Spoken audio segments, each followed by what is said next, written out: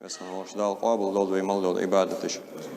Çağır hava sagızı etikaf dedde az meclik için nigit diye deli haç ve alç izvut sloy şideş nigita mel hubutsun en tada ruzbani wasıgı şiza xoz nigita diye etikaf dedde az çüçsun dedde az şey muqoş del ha vecwa gusu qardiş qoy qardiş daz heyhim beçhan heyhim din amdeşsen heyhim hayıtsbaz Ojde çağır nigitaşi qasta şu an iştxuluj batış bu nigitçide çıxuluj bolmalı izmel atqetçan nigitdiçi izmel atqetçan tabi dünyen belxat dünyen qasta tahla zamnışka duqqa aqçhat uziş dünyen ahluniş duq belhaj danet ve busul naqçıl doy kersna lil dejdin doatşna lil dejde duqqa aqçhat doğadol duq peydinje bahanje duq lil dotsarı Şaştı dünyanın parlatı soğuya gölüş. Da ve bu sılnağda ve peymer ummadı ve kıymetden parlatı soğuya gölüş. Dol hamajloq şıqıldiz ve nisse samdıhıl.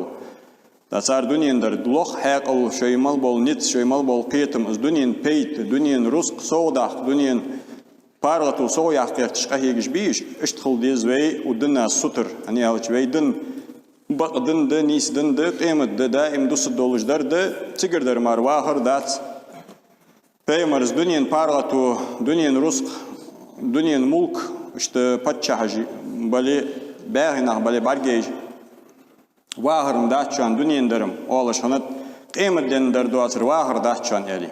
İz bargej olaşanıt, ve iz bargej de muhozdu, halmeç oğdu, müdikdi, o iz hultun, voş hultun, eli muali ve iz hanıldı harim bu qasçı dej, dal berkit doltun, dar iz doltun, harim hama berkit hult alba oyat, Dağlar harimde, harim ruskıç, taroya yeri, maşen isa yeri, boğum bulabali, dağ berke doltun, dağ masa iş doltun, yani loğuç bak oyat, harim dediri tak.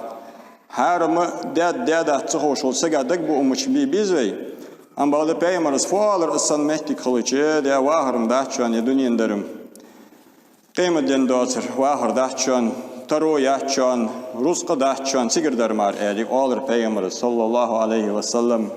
Is de wein peymers hier gaat.